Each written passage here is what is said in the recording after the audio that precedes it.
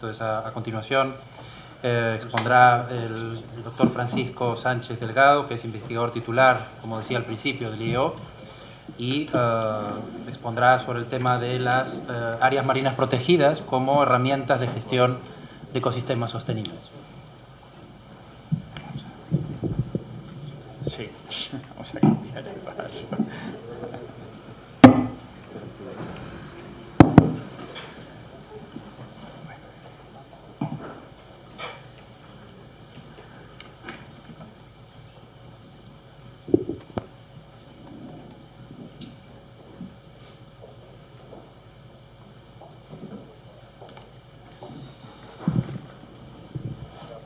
Buenas tardes a todos. Ante todo, agradecer a la Fundación Espomar el que haya contado con el Instituto Español de Oceanografía para intentar exponer estos temas en este foro, que ya tiene 21 años de antigüedad, lo cual es sorprendente. Para nosotros es un verdadero honor porque el Instituto Español de Oceanografía este año cumple sus 100 años, celebramos nuestro centenario de existencia, durante los cuales hemos tratado en lo posible asesorar a la Administración en temas pesqueros y esperemos seguir en estos temas en años venideros. Bien, yo voy a tratar de una manera muy sencilla, voy a tratar de transmitiros la percepción desde nuestro punto de vista científico, lo que supone todas estas nuevas herramientas de gestión que se están incorporando en la Unión Europea, basado en lo que se ha denominado la aproximación ecosistémica, es decir, el tema de áreas marinas protegidas, etcétera. Es un tema que está resultando difícil de implantar porque normalmente el sector pesquero pues, está acostumbrado a que sus sistemas de gestión estén basados en políticas de tax y cuotas, como ha explicado Ernesto anteriormente, y todo esto está entrando un poquito con dificultades. Y, por tanto, voy a hacer lo posible porque se pueda entender desde nuestro punto de vista por qué es necesario este tipo de enfoque ecosistémico. Voy a explicar como 5... Este es el esquema de la ponencia. Primero voy a dar unas simples pinceladas, posiblemente muchos de vosotros ya lo conozcáis, pero yo voy a tratar de llegar a todo el mundo sobre qué es el nuevo enfoque ecosistémico que va a afectar a la gestión de las pesquerías. Luego, en una segunda fase, voy a tratar de que se entienda de una vez por todas por qué las pesquerías forman parte del ecosistema y no son una cosa independiente. También el concepto de hábitats esenciales y hábitats vulnerables, que es en lo que se basa muchas de estas estrategias de protección que está implantando la Unión Europea. ¿Por qué es necesaria la Red Natura 2000?, que es lo que manda en todo este tipo de figuras. ¿Y qué beneficios puede tener todo el tema de Red Natura 2000 para el sector pesquero? Bien, como os he dicho, simplemente unas pinceladas de lo que es lo que supone el nuevo enfoque ecosistémico. He sacado simplemente una serie de párrafos de lo que son las nuevas directivas de la Estrategia Marina del Parlamento Europeo, que establece como objetivo general promover la utilización sostenible de los mares y proteger los ecosistemas marinos. Ese es el sentido general de toda esta directiva que está imponiendo a los Estados miembros, ¿no? Al fin y al cabo, con esto lo que se pretende es que todas las políticas de investigación y de estructuras para responder a este delicado equilibrio entre la conservación de la naturaleza y el rendimiento económico de las actividades humanas cumpla lo que es los principios del desarrollo sostenible.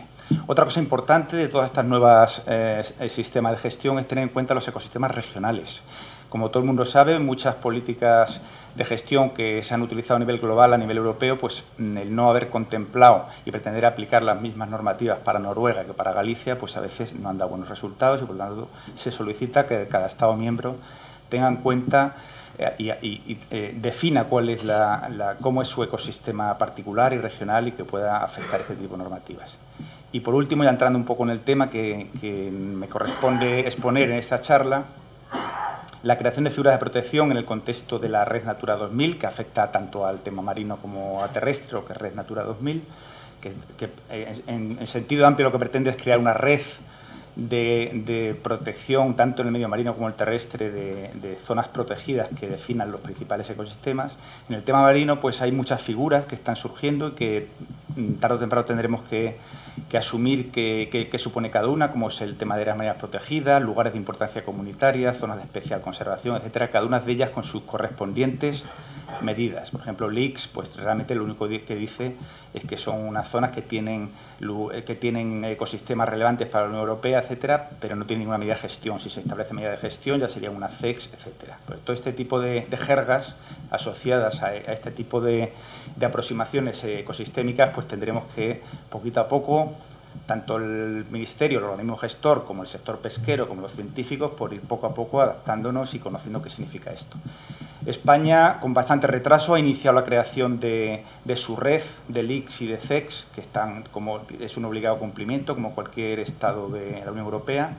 En estos momentos se está creando 10 nuevos LEACS a nivel nacional. Solamente hay un área marina protegida, que es el Cachucho, como sabéis.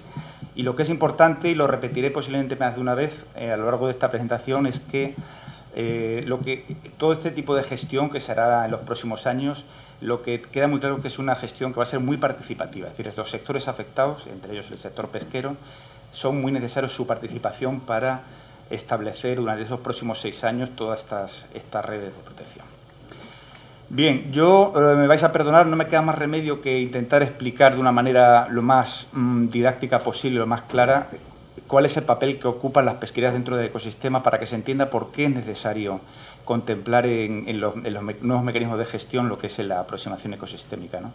Todos sabéis que he intentado hacer aquí un esquema relativamente sencillo para lo que es realmente la complejidad del ecosistema, para ver dónde están las pesquerías. Todos sabéis que más o menos podemos dividir, aquí tenéis 3 grandes dominios, que son los pelágicos, que son todas aquellas especies que viven entre 2 aguas, los bentónicos aquí a la derecha serían los que viven posados en el fondo, pues rapes, cigalas, etcétera, los demersales, las merluzas, etcétera, las que dependen del fondo para su alimentación, pero no viven en él, los pelágicos, como todo el mundo sabe, pues anchoas, etcétera. Bien. Y luego aquí en nivel 3, esto pongo aquí, es un poco lo que es las relaciones alimentarias que hay entre ellos y tienen diferentes niveles, ¿no? Como todos sabéis, la gasolina que mueve toda esta máquina, que es el ecosistema marino, es el fitoplancton, es decir, son los organismos planctónicos pequeñitos, algas pequeñas que dependen de la producción primaria, por eso ocupan el nivel 1. Y dependiendo de la cantidad de producción primaria, va a funcionar el ecosistema y va a haber más biomasa, tanto accesible para las pesquerías como en el conjunto del ecosistema. Por eso, todas las zonas donde hay mucha pesca, hay mucha producción primaria. Bueno, pues a partir de esta gasolina que se inyecta en la máquina, pues a nivel pelágico, pues ya sabéis, el fitoplancton lo come el zooplancton se lo come los peces pelágicos como las anchoas, sardinas, que a su vez se come el bonito, etcétera. Esto es una cosa por supuesto, muy simplificada para que se pueda entender, ¿no?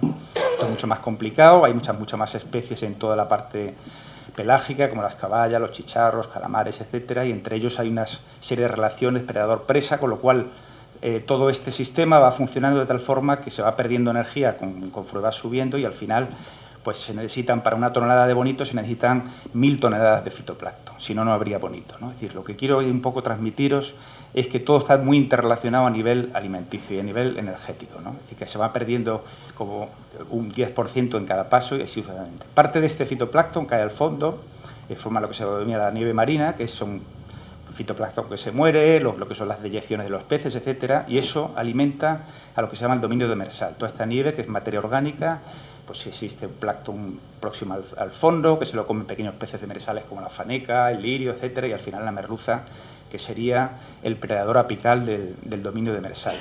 Por supuesto, esto es una simplificación de la red alimenticia en los ecosistemas, existen muchísimas más interrelaciones entre otras muchas especies, pero de forma resumida. Y por último, nieve marina que cae al fondo, es lo que se llama el detrito, que son materia orgánica particulada que se queda depositada en el fondo, y eso es lo que mueve, la máquina que mueve lo que es el dominio bentónico. Hay gusanos que se comen toda esta materia orgánica, las figuelas son los gusanos, peces bentónicos como los gallos, etcétera, y al final el rape, que es el predador apical del dominio bentónico.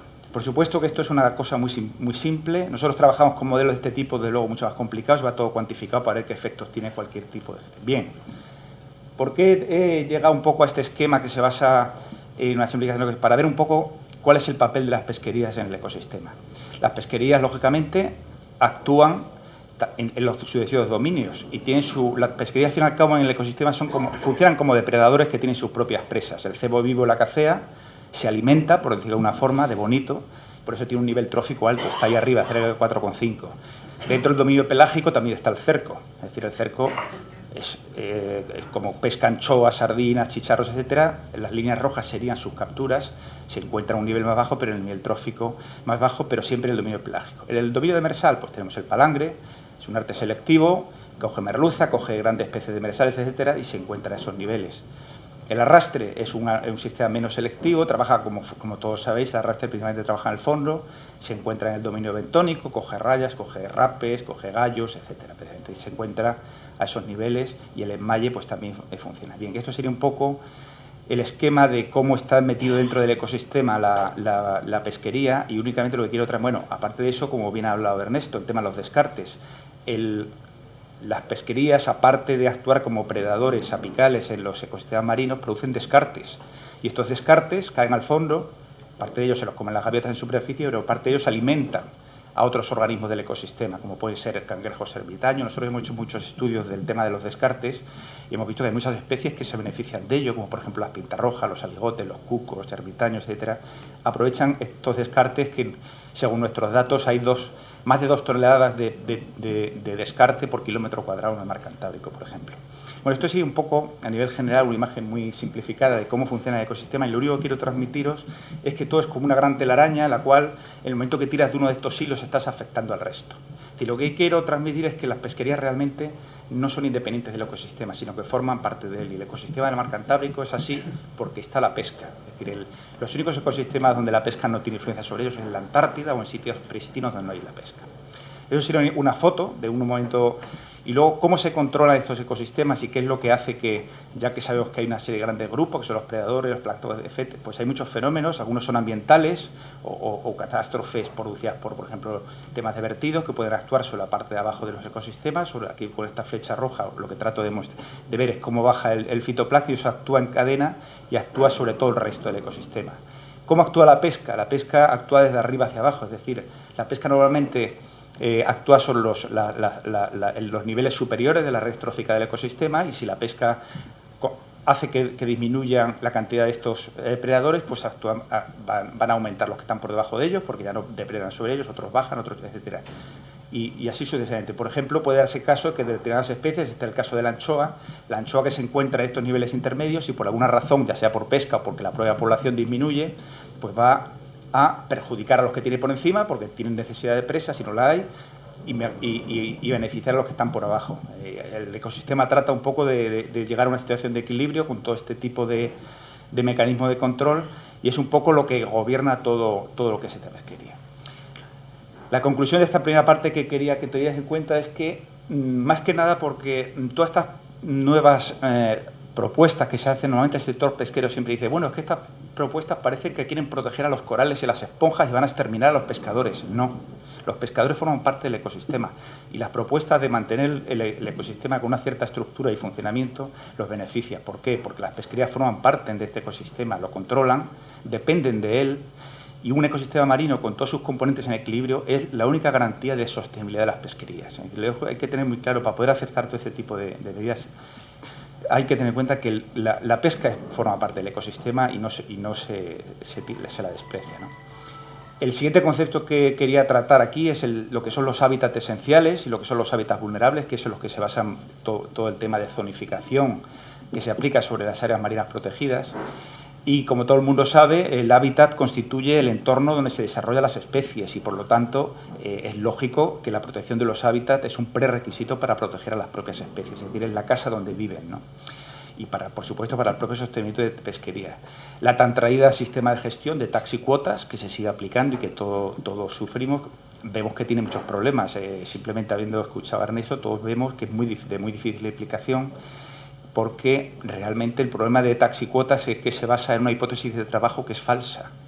Es decir, los sistemas de gestión de taxicuotas se basan en asumir que las merluzas viven en una piscina, que no cambia la temperatura del agua de esa piscina, que no hay hábitat y que no existe bacaladilla, que es de lo que se alimenta, y así sucesivamente. Con lo cual, mete mucho ruido en el sistema, porque realmente el considerar a cada especie de forma independiente de las otras, pues luego crea muchísimos problemas en su aplicación, porque las especies no viven solas y dependen las unas de otras. Y la biomasa de merluza va a depender de la cantidad de bacaladilla que tenga para comer, y la bacaladilla de la cantidad de fitoplancton que se habrá producido, etcétera, etcétera. Cuando eso se lleva a mecanismos de gestión, pues uno se da cuenta que chirría, porque parte de un sistema demasiado simplificado de cómo funciona el mar.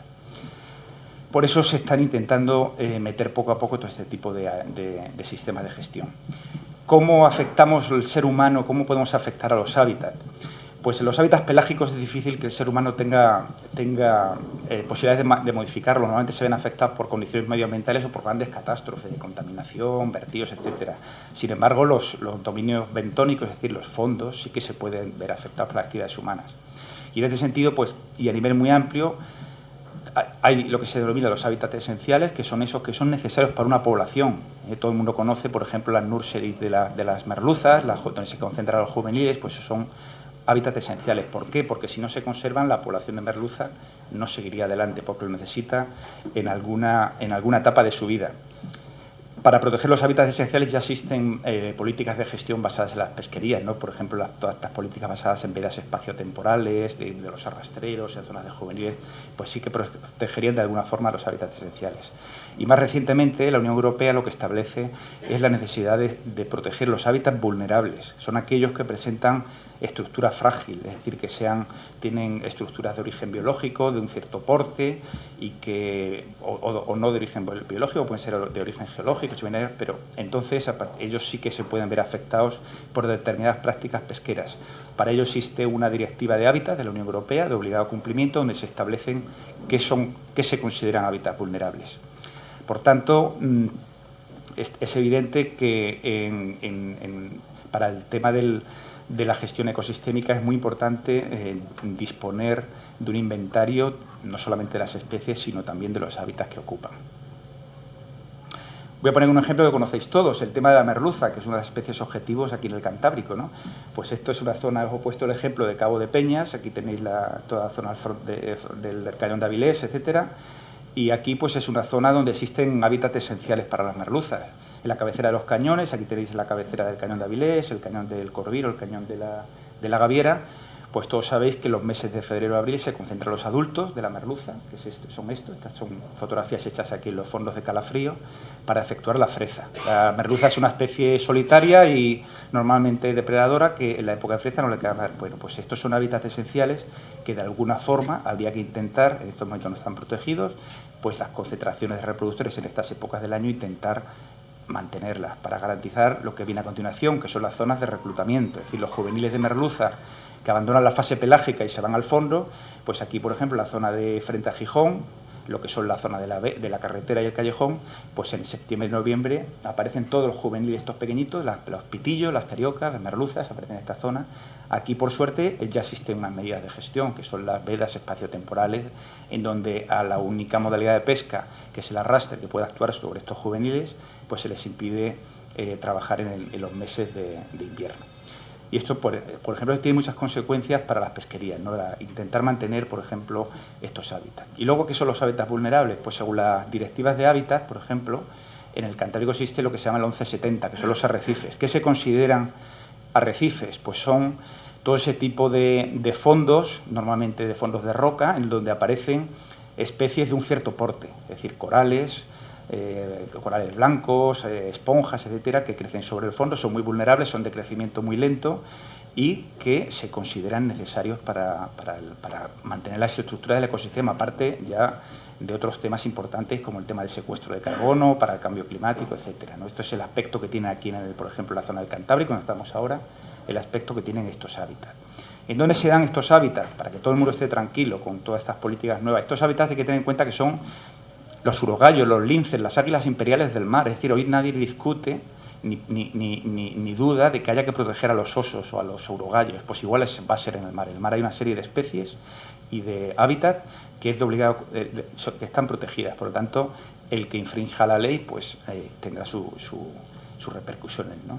¿Dónde están estos hábitats en la zona? Esto igual, también he cogido como ejemplo la zona de Cabo de Peñas, y que lo tenéis aquí cercano, pues aparecen en zonas de afloramientos rocosos de plataforma, pero principalmente aparecen en zonas muy profundas, es decir, tanto los corales blancos como las zonas estas con estrellas, como los arrecifes de corales de aguas frías, como las rocas estas de corales negros. Si os fijáis por los datos de presencia que tenemos de estos tipos de hábitats protegidos por la Unión Europea, se encuentran normalmente en zonas muy profundas, zonas de más de 700 metros, 1.600 metros.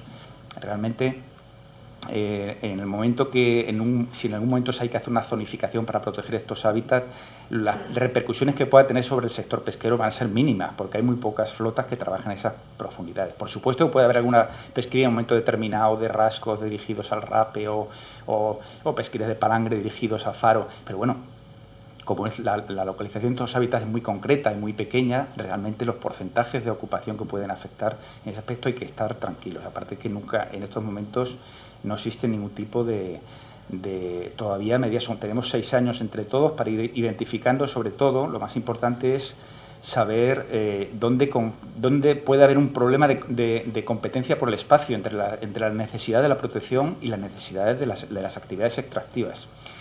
¿Qué relación tienen las pesquerías con los hábitats?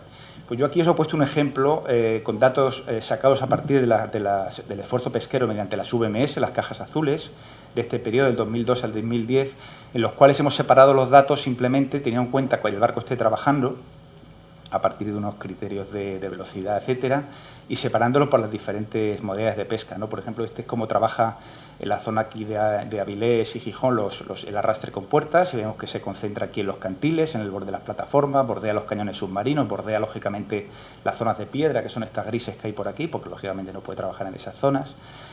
Este sería el arrastre a la pareja, es un tipo de arrastre todavía mucho más centrado en una especie objetivo. Él, actuando como depredador, arrastra a la pareja, normalmente se dirige a la bacaladilla, al lirio, y va a donde vive la bacaladilla, que son fondos profundos del borde continental, 300, 400, 500 metros. Entonces, las parejas pues trabajan aquí en la zona de los caladeros de la ballena, aquí en la zona esta que es el Canto Nuevo, el Mar de Mares, Mar del Medio, dan la vuelta aquí en el Agudo, y son la zona donde trabajan las parejas. ¿Dónde trabajan los palangreros? Pues en los cantiles, trabajan en los cantiles porque es donde se encuentran las merluzas, donde se encuentran los congrios, donde se encuentran las especies objetivos, en la zona de los cabezos, aquí en el agudo de fuera, en toda esta zona de por aquí, estos son los palangres. Estos serían los enmayes, la polanta, los rascos, etcétera, las zonas de roca. Es decir, cada pesquería tiene su sitio. Si juntamos toda esta información de las cajas azules, de dónde se concentran las actividades de la flota de esta zona en concreto, frente a Avilés, Gijón, Cabo de Peñas, es una zona muy rica, sobre todo por lo que dije al principio, de la producción primaria, los cañones submarinos del cañón de Avilés, la Gaviera, todo eso tiene unas condiciones importantes sobre la gasolina que yo hablaba, sobre la producción primaria, sobre el fitoplancton, las corrientes que hay en esa zona, lo que garantizan es al fitoplancton que tenga la suficiente cantidad de nutrientes para que haya todo ese fitoplancton que permite que haya 400 barcos trabajando en esta zona, ¿no? ¿Y qué es lo que vemos en esta imagen de todas las pesquerías? Aquí se ve el cerco, que no lo citaba antes, el cerco pegadito aquí a la zona de la costa, de la plataforma, porque allí es donde encuentra sus especies. ¿Qué es lo que se puede deducir de esta imagen? Pues que las pesquerías tienen también sus propios hábitats, al fin y al cabo forman parte del ecosistema, ¿no? Como cualquier otra especie depredadora del ecosistema marino, las pesquerías ocupan las zonas en las cuales se desarrollan las poblaciones de sus presas, que son las especies objetivo. Por lo tanto, ¿qué quiere decir esto? Que dependen de la salud de los hábitats. Es decir, que si no respetamos los hábitats de las especies, las pesquerías no podrían funcionar. Por lo tanto, una obligación que tenemos ahora a nivel científico es identificar con la mayor resolución posible dónde trabajan las pesquerías a nivel espacial y dónde están los hábitats que hay que conservar, porque a partir de ahí sí que podremos dar la información al organismo gestor, que en este caso sería el MAGRAMA, para que pueda identificar si existe algún tipo de conflicto de usos y poder establecer una posible zonificación que garantice tanto la explotación de los recursos pesqueros necesarias como la conservación de los hábitats que están protegidos por las leyes europeas.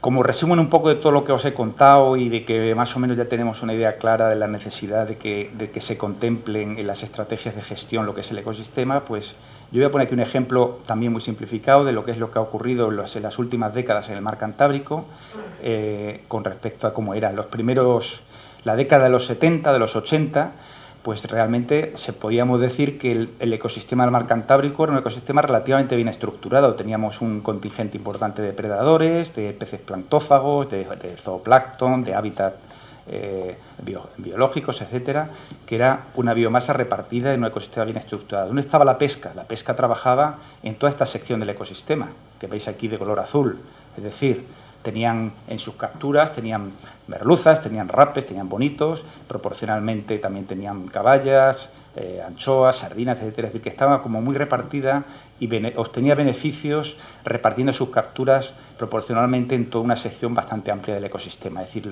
estaban muy diversificadas y por lo tanto tenían más probabilidades de seguir adelante.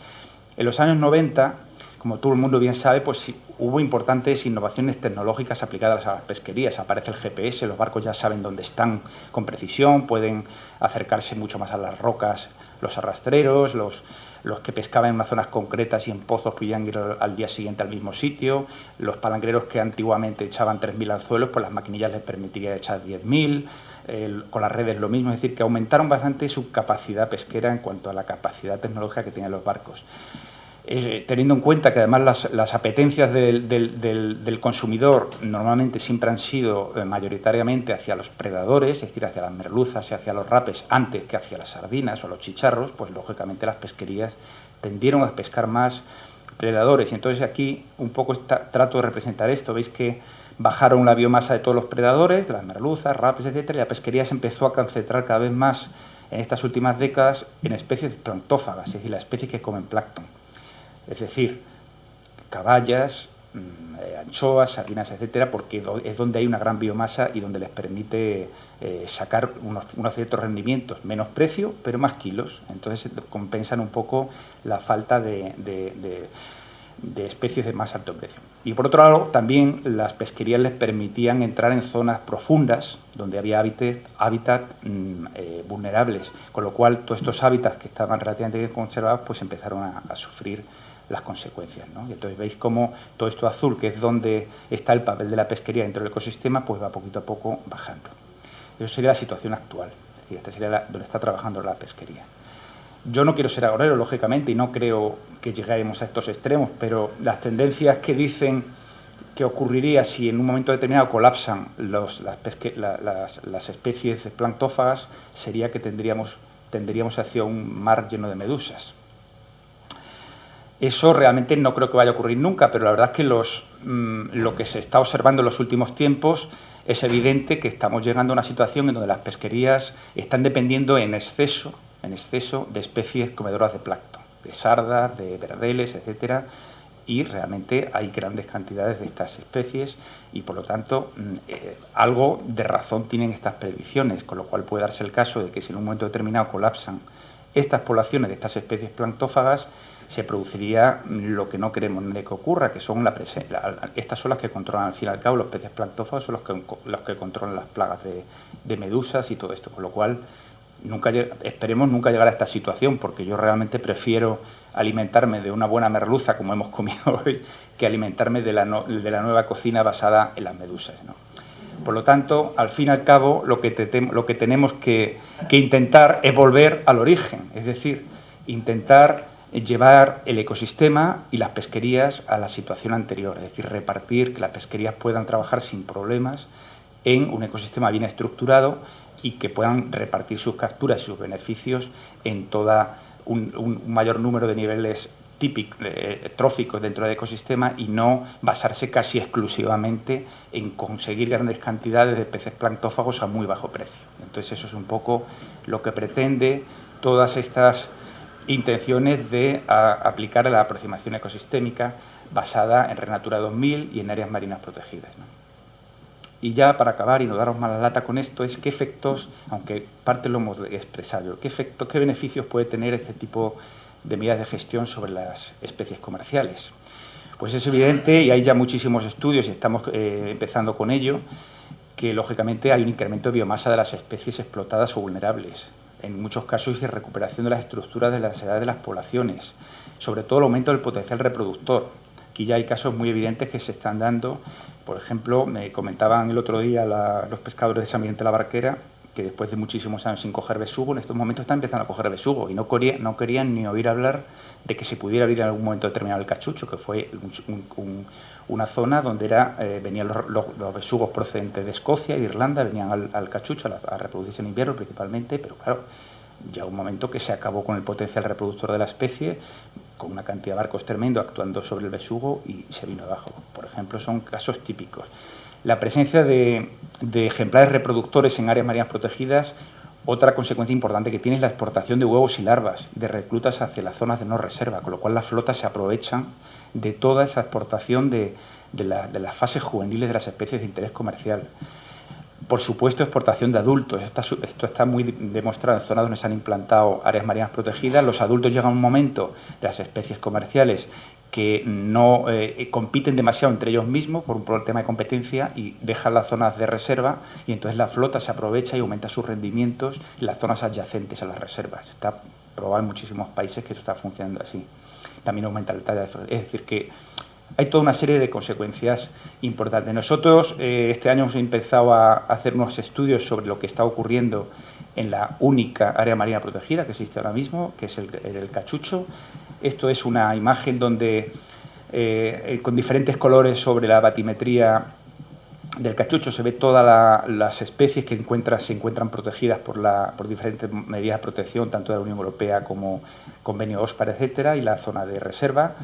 Y precisamente, una cosa que es importante de todos estos sistemas es que es necesario realizar un seguimiento de lo que es lo que está ocurriendo, porque a lo mejor las medidas de gestión que en su momento se han establecido no son adecuadas, pues porque no se demuestra que realmente existan esos efectos reserva, pues porque no están protegiendo lo que allí hay, o porque entonces hay que hacer un seguimiento que es de obligado cumplimiento. En estos momentos estamos iniciando los estudios de seguimiento del cachucho, que lleva desde el 2011 la parte del techo del banco, lleva cerrado solamente a las pesquerías de fondo. Lógicamente las pesquerías de superficie, cafea, cerco, etcétera, pueden trabajar sin ningún problema porque no afectan solo los hábitats a proteger. Y lo que queremos ver realmente como experiencia piloto que se pueda aplicar en el futuro es, junto con los pescadores, por eso digo que es muy participativo, lo que estamos haciendo son unos estudios para ver primero la nueva distribución espacial del esfuerzo. Lógicamente, cuando se genera una área marina protegida, esos barcos que estaban trabajando en esa zona se van a otros sitios, con lo cual hay una redistribución de ese esfuerzo pesquero que puede tener importancia en las zonas que no son reserva. Pues estamos trabajando con el antes y el después de lo que ha ocurrido en la zona del cachucho, pero sobre todo lo que nos interesa, y para ello estamos teniendo una colaboración magnífica de todo el sector pesquero, que precisamente si estamos algo retrasados no es por culpa del sector pesquero, que se han ofrecido a colaborar con nosotros y ir a la zona del banco para, con distintas modalidades de pesca, ver qué ha ocurrido allí con las especies de interés comercial. Pues realmente queremos saber qué es lo que ocurre dentro y fuera del área marina protegida para ver si realmente ha habido una recuperación importante por ejemplo, de adultos reproductores dentro y fuera del banco, de especies que allí se pescaron históricamente, como es el rape o como es el cachucho propiamente dicho, el alfonsino. Y bueno, también estamos haciendo muchas encuestas por los puertos que se han visto afectados por el área marina protegida para ver realmente la percepción que tienen los pescadores de que si piensan que son efectivas o no son efectivas estas medidas. Y, por supuesto, lo más importante, a partir de estos estudios podemos ver si lo que se ha hecho ha estado bien o ha estado mal. Es decir, si hay que modificarlo, si hay que corregirlo, porque para eso se trata y para eso son los estudios de seguimiento. Por ejemplo, simplemente os pongo aquí un ejemplo para que veáis la importancia que tienen los efectos reserva. Estos son experiencias que estamos haciendo con los pescadores de San Vicente de la Barquera, poniendo marcas electrónicas. Primero hemos empezado con tiburones y fijaros que especies que se marcan en el cachucho pueden llegar incluso hasta el barco del porcupine en Irlanda, ¿no? Con rapes, estamos encontrando rapes que aparecen frente a la costa francesa cuando es un animal que aparentemente no se mueve. Pues un rape marcado en el cachucho se encuentra frente a Arcachón. Es decir, el efecto reserva es evidente. En este seguimiento tenemos planteado marcar besugos, marcar alfonsinos, marcar especies para ver realmente y podamos realmente medir qué consecuencias, qué especies proceden de lo que es la reserva, ¿no? Y ya por último, y no os doy más la lata, yo no soy muy especialista en temas de financiaciones y tal, pero simplemente buscando un poco por la red he encontrado que todas estas políticas de Natura 2000 y de áreas marinas protegidas están generando muchísimas ayudas a nivel europeo. Posiblemente a lo mejor Ernesto tenga o muchos de los que estáis aquí estáis más familiarizados. Por ejemplo, he encontrado que hay unas convocatorias anuales de premios europeos Natura 2000, las mejores prácticas de conservación de la naturaleza en Europa, lo cual pueden presentarse cofradías de pescadores, etcétera, que demuestren que están utilizando una pesca responsable dentro de zonas de Natura 2000. También he estado revisando, por ejemplo, el Fondo Europeo Marítimo y de la Pesca, el FEM, pues para la convocatoria de ayudas de 2014-2020, pues están haciendo unos planteamientos en los cuales tienen muy en consideración financiar actividades que estén en relación a todo esto que estamos hablando, ¿no? Por ejemplo, yo saco de aquí, he sacado simplemente de los criterios, pues algunos puntos como contribuir de forma sostenible a la mejora de gestión de recursos pesqueros, métodos, por ejemplo, promover métodos o artes de pesca selectivos, reducir capturas accesorias, gestión, recuperación, seguimiento de lugares Natura 2000, etcétera. Hay toda una serie de actividades que pueden ser financiadas dentro de estos fondos. Ya os digo que tampoco lo he mirado con mucho detenimiento, pero efectivamente yo creo que a nivel europeo se están haciendo intentos importantes para facilitar la aceptación de flotas, pesquerías, sufradías que se vean afectados por áreas marinas protegidas, y ya sin entrar en detalles de etiquetas verdes, venta de pescado en zonas sometidas a planes especiales de conservación, etcétera, etcétera. Eso irá saliendo conforme se vayan estableciendo en todo el horizonte 2020, que se habla de para el año 2020 y tal. Y nada más, yo simplemente agradeceros el que nos hayáis escuchado. Y, bueno, esto se basa en todo el trabajo que hemos hecho durante muchos años, de forma bastante aplicada, pues muchas personas del instituto, que, como os he dicho al comienzo, celebramos nuestro centenario. Y muchas gracias por vuestra atención.